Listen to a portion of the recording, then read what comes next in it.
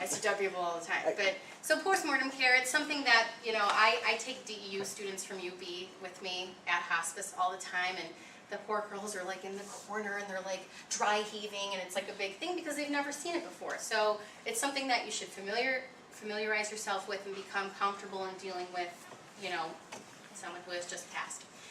All right, so several steps. First, pronouncing that they've passed. I mean, you don't want to start doing postmortem care and then all of a sudden they're like, hey. So pronouncing them. In hospice nursing, it is the nurse's responsibility to listen to that chest cavity and not hear a heartbeat. And you take your stethoscope and you listen for 1 full minute. I never do a full minute. But you look for, you know, their chest rising. You look for any sort of activity. So the first point is to make sure that they have passed. Let the family know, okay, now they're gone. Look at the clock. You gotta check for the time of death, because that is an important number for when you report it to New York State and it goes on a death certificate. So those are all responsibilities of hospice nurses. So you're gonna want to bathe and prepare the body. You're gonna make them want to look presentable. Sometimes the family wants to do it with you, and you're welcoming that help. Sometimes the family wants to do it all by themselves. Again, this is where culture and religion and stuff may come into play. Everyone kind of has a different, you know, way of doing it. So you're going to remove, you know, accessories. You're going to take the Foley out. You're going to take the sub-Q ports out. If they haven't got any big, you know, stupid dressings, you're going to take those out. If the patient wore glasses, put the glasses on. If they had dentures and they're there and they're clean, pop them in the mouth. You know, sometimes families want them to be holding a rosary at the end or whatever, things like that. Comb their hair, and just kind of make them look presentable. You're going to want to position their body in a way that looks normal.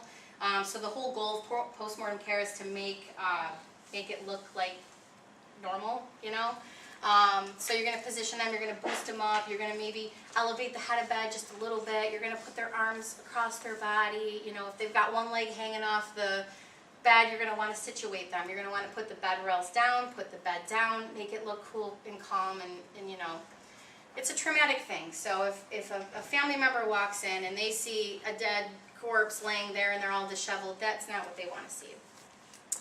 And then cleaning the room. So, you know, I'm always super big on this when I go in for a death visit.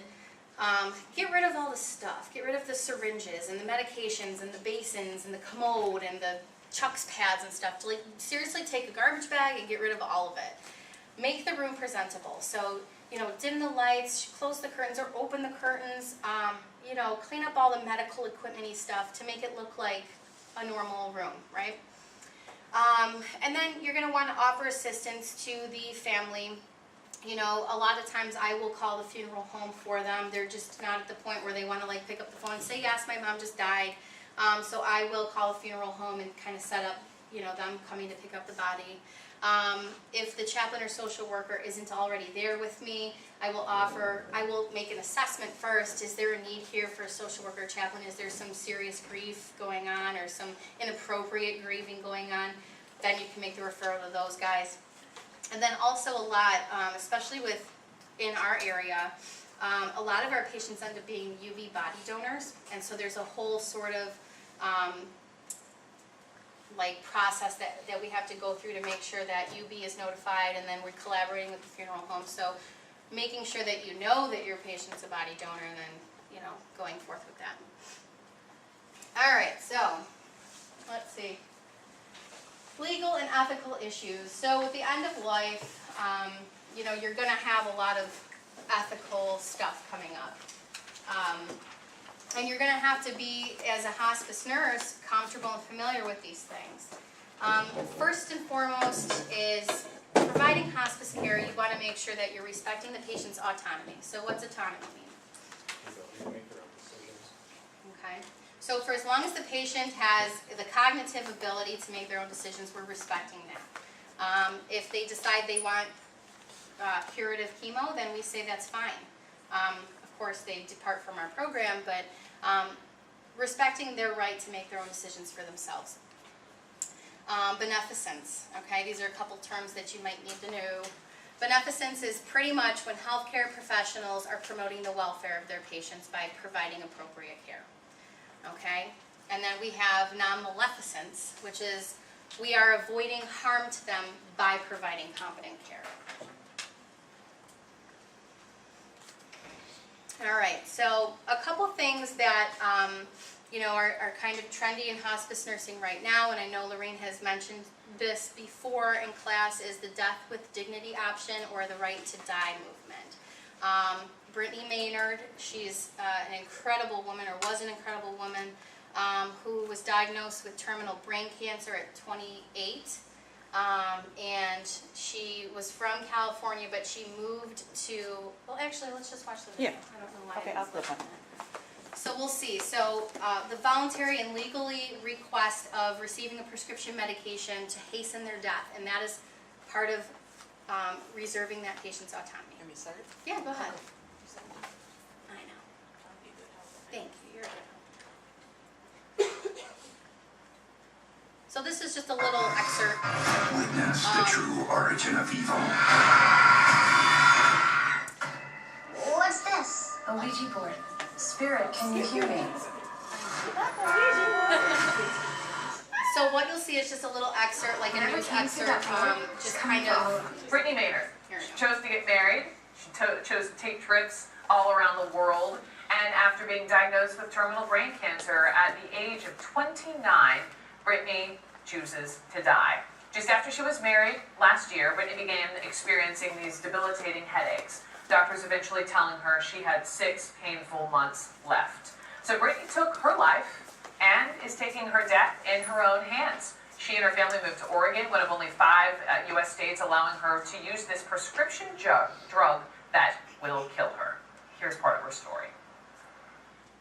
So after getting married is when I first started experiencing the headaches, and they were quite severe. And I didn't understand them because I had never had anything like that before in my life. Right when I was diagnosed, my husband and I were actively trying for a family, which is heartbreaking for us both. And then I was diagnosed this past New Year's. We went away to the wine country for kind of a New Year's Eve celebration, and by Jan 1, the following day, I was diagnosed with cancer and told I was terminally ill. And was told anywhere from 3, maybe 5, up to 10 years to live. I have to tell you, when you're 29 years old, being told you have that kind of timeline still feels like you're being told you're going to die tomorrow. 70 days post-op, I went in for another MRI and was told I had had a grade change. They were looking and saying it looks like grade 4. Which is the worst and most aggressive form of brain cancer. It's called a glioblastoma. So that was a major shock to my system and the system of my family, because it went from having potentially years of time to being told I had like 6 months. I know that it's there when I need it. I plan to be surrounded by my immediate family, which is my husband and my mother and my stepfather and my best friend, who's also a physician. And probably not much more people. And I will die upstairs in my bedroom that I share with my husband, with my mother and my husband by my side, and pass peacefully with some music that I like in the background. I can't even tell you the amount of relief that it provides me to know that I don't have to die the way that it's been described to me that my brain tumor would take me on its own. I hope to enjoy however many days I have left on this beautiful earth and spend as much of it outside as I can, surrounded by those I love. I hope to pass in peace. The reason to consider life and what's of value is to make sure you're not missing out. Seize the day. What's important to you? What do you care about? What matters? Pursue that. Forget the rest. Kenneth Goodman, founder and director. So. Escape. Escape. Yeah, and then shrink it. Okay? All right, so that's tough to watch, isn't it? It's tough to watch because she's young. She's a year younger than I am, and I can't even imagine going through that. But that is an example of the healthcare system respecting a patient's autonomy and allowing them to die with dignity, right? Well, it depends on how you look at it. her state didn't respect it, and she got the drugs and went to a different That's state. exactly what I was gonna say next. So it's only legal in 4.5 states now. I think Missouri is in the midst of figuring it out. But, so she lived in, at the time, she lived in California. And at that time, California didn't support that. So she moved her whole entire family, her husband, her mom, her dad, her friends, everyone went with her to Oregon. They bought a house, they you know, with the plan that she was going to follow through with this sort of right to die movement. So this whole movement can include physician's aid in dying, and that's just the physician making the assessments and prescribing the medication. And then voluntary active euthanasia, which is sort of the same thing.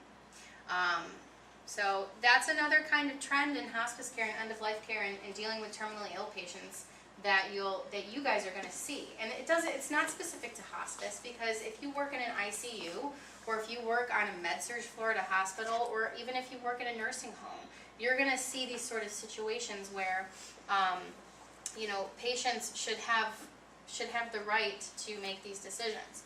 So that goes into advanced directives. So this is a huge big thing when we're talking about end-of-life care, or just somebody with a terminal illness.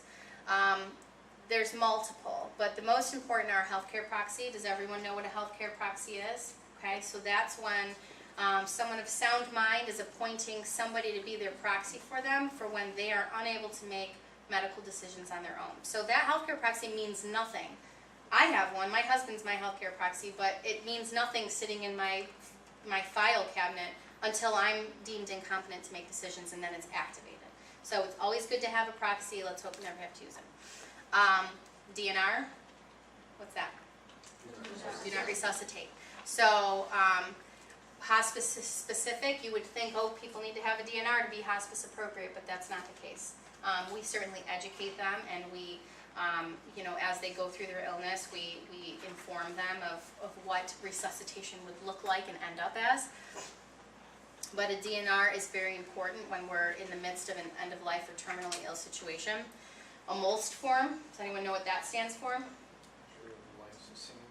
Yeah, medical orders for life-sustaining treatment. As you guys start to do your clinicals or have done your clinicals in hospitals, you'll see the bright highlighter pink form. It's like a bifold or something. Medical orders for life-sustaining treatment. This is sort of a newer thing, maybe what, the past 5-7 years, something like that. And I'm not sure if it's only New York State or No, it's going across. if it's Yeah. So right now it's valid in New York State at least, and this is a document that isn't. It's certainly important, and it's more important for somebody who is ill or is facing a chronic illness, or even more so a terminal illness. And basically it outlines what sort of treatments do you want, what sort of treatments do you not want, what kind of care do you want if you're ever at the point where you know you're ill. So in the MOLST, we're talking about artificial nutrition and hydration. We're talking about the use of antibiotics. We're talking about the use of pain management. I think I should have brought one, but another couple points in there are like, you know, if you were at the point where you needed extra medical care or something like that, did you want to go to the hospital or do you want to remain home? Things like that. So it's this big document that you initially kind of go over, and it can be changed. So as your status change, let's say that you have this chronic illness and you have COPD and you're having a tough couple months and you fill out this MOLST, and then you know you do really well and you're kind of back at your baseline and everything, you may want to change your MOLST just depending on where you are. So that's always a good thing to familiarize yourself with in the hospital, not just hospice setting, and you know, again, becoming comfortable with having those conversations about life-sustaining treatments. A will, anyone can make a will. I have a will. I'm not ill. I don't plan on being ill, but I have a will because you never know. I could be in a car accident tomorrow, and I want to make sure that you know my finances are in order and that my husband is prepared to you know make certain decisions for me. And then the last one is a power of attorney, and that kind of goes with will. Normally people don't have power attorneys until they're at the point where they can't manage their own assets and things like that, and that's basically a financial or what is it called? A power of You can have medical a power of attorney. Yeah. It's just, it's a legally binding document. Right. But all of these advanced directives, more so the healthcare proxy and the DNR and the MOLS, but the other ones make it a lot easier for us for hospice to plan your care and things like that. And just as a side note, it's a really good idea as young people to look into these things now and to talk about it with your families, okay? Because I get a lot of young people too in hospice, and that's a big thing that I'm an advocate of is the advanced directives. I have a healthcare proxy, obviously don't have a DNR. I don't necessarily have a MOLS, but I've discussed with my healthcare proxy, my husband, what my wishes are. So if in the event that I am in a coma or in the ICU or whatever, he knows how to take care of me. And then, so just a quick statistic, only 15 to 25% of people these days have these advanced directives. And culture does play a major role. So as we were talking about earlier, we don't normally talk about death and dying every day like it's a normal thing, In my house we do, but, my 3-year-old's like, Mom, who died today? And so it's a good thing to initiate these discussions with your friends and your family so they know how to care for you. I'm not going to click on the link because it's just a news article. I can email it to you, but Terry Schiavo, some of you may be too young for this, but she was a case back in the late 90s, early 2000s.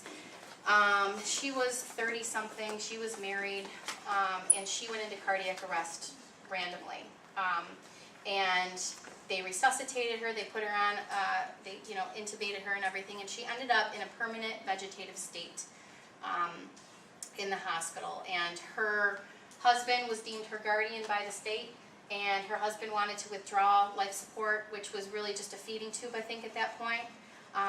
And her family, so her parents and her brother, didn't agree with that. So it was like this 9 or 10 year battle between the patient's husband and her family, that the husband she wanted to go and she wanted to do this, and but the family didn't agree. So she had the feeding tube taken out and put back in 7 times. What kind of dignity is that? I'm just saying. I'm not going to, choose sides here, but, she was in a permanent vegetative state for almost 10 years at 30-something. You got to start thinking about dignity at the end of life and dignity in dying and things like that. So that's another one that kind of encompasses all these things. All right. How are we on time, Lorraine? 12:26 on my watch. Okay, I'll just quickly, the rest of the slides are just on cultural stuff, and I don't have many notes on them, but culture, a set of attitudes, beliefs, and values that are passed down from generations. And obviously, as we know and as we can tell, they have a significant impact on how they receive healthcare. Cultural sensitivity includes the avoidance of stereotyping, like we were talking earlier, ageism and things like that. Diversity of values and beliefs exists within each culture, and so it's important as the provider of hospice and end-of-life care to be open and to ask them what's going on. If you're not sure what their specific traditions are or whatever, ask them. I mean, you're never going to know. You can Google it, sure, but the best bet is to ask them. And you never want to assume just based, if someone's wearing a scarf, there's 40 different types of scarves that mean certain different religions, and so you can't, just generalize the one. So, and it also influences how we provide care to them. So if there's a language barrier, Buffalo, as Lorraine has noted, has a huge population of refugees. So I have gone into a house on the west side with a patient who was 21, this poor little kid, that had terminal cancer, and it was like mobbed with people, and they all spoke the Burmese language. I'm not sure which dialect it was or anything, and I was standing there like, what the heck am I doing? Like, how am I even going to start to provide care to this patient? I have no idea what I'm doing. But I found, somebody that could understand English, and we were working, we figured it out, and then we got the translator in there, and it ended up being a really good situation.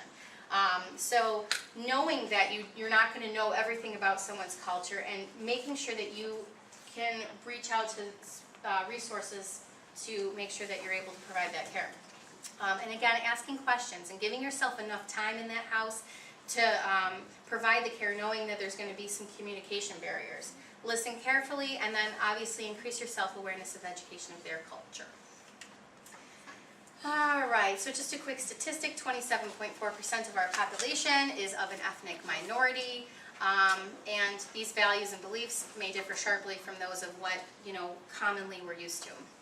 And then cultures can be further defined as different geographical areas of the country, professions, developmental stages in life, socioeconomic status, sexual orientation, religion, spirituality, and institutions. And then even further, drug or gang cultures. And I do like to mention that because we do live in Buffalo, and there is a lot of drug and gang culture. And again, little white girl walking into, a home on the east side where there's guns splayed all over the table, I have to first make sure that I'm entering a safe house, and that I'm not going in and judging. I know it's hard, but you can't. And you have to understand that this is their culture. They're not going to, they don't think of drugs and guns and stuff the same way I do, So, of course, being safe, but being open to their lifestyle. All right, so I'm not going to read through all of these, but culture can influence everything. How they receive care and how we provide care. And then the Self-Determination Act, real quick, of 1990 is making sure that you are being truthful with your patients. So we're not making stories up. Again, being a hospice nurse, being comfortable with telling the truth and being honest with these patients and families. This is more kind of for physicians when they're giving prognosis and diagnoses and things like that, but making sure that you're being truthful. And then, again, don't be afraid to ask a patient or family for direction when you're dealing with different cultures. Any questions? All right, thank you. Can I just do a quick scan so she just has that? Is that all right? I won't do any close-ups or anything. Come on, I look great. Oh, hush. Just so she has this. And if you do have any questions or comments about hospice, feel free to contact me for employment opportunities.